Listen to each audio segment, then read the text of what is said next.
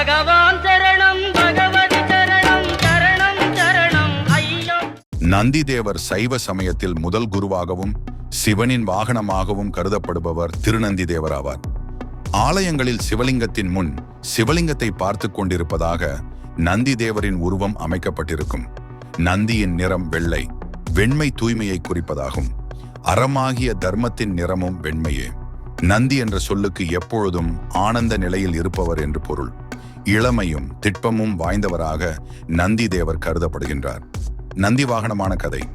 சிவாலயங்களில் கர்ப்ப கிரகத்திற்கு எதிரில் கம்பீரமாக அமர்ந்திருக்கும் நந்தி தேவர் தர்ம விடை எனப்படுவார். அழிவே இல்லாதது தர்மம். அது ரிஷபம் வடிவில் இறைவனிடத்தில் சென்றடைய அந்த நந்தியின் மீது சிவபெருமானிடம் தன்னை வாகனமாக ஏற்கும்படி கூறியது.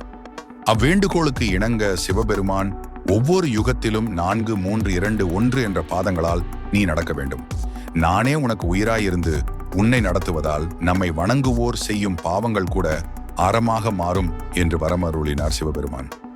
சிவாலயங்களில் உள்ள நந்தி தேவர் 3 கால்களை மடக்கி ஒரு காலை மட்டும் நிமிர்த்தியுள்ளதை நாம் காண முடியும்.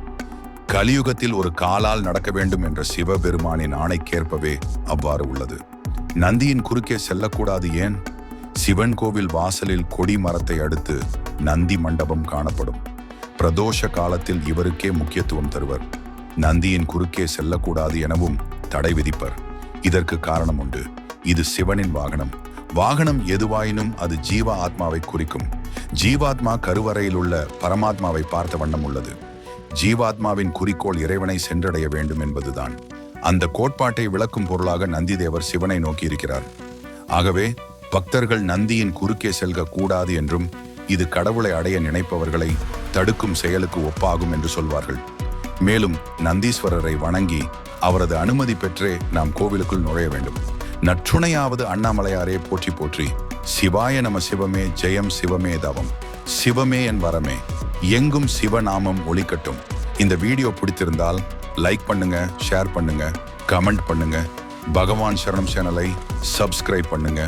மேலும் சிவன் கதைகள், ஆன்மீக கதைகள் தெரிஞ்சுக்கணும்னு ஆசைப்பட்டீங்கன்னா தொடர்ந்து நம்ம சேனலை கேட்டுட்டே இருங்க. மீண்டும் ஒரு நல்ல தகவல்களோடு நான் உங்களை சந்திக்கிறேன். வணக்கம்.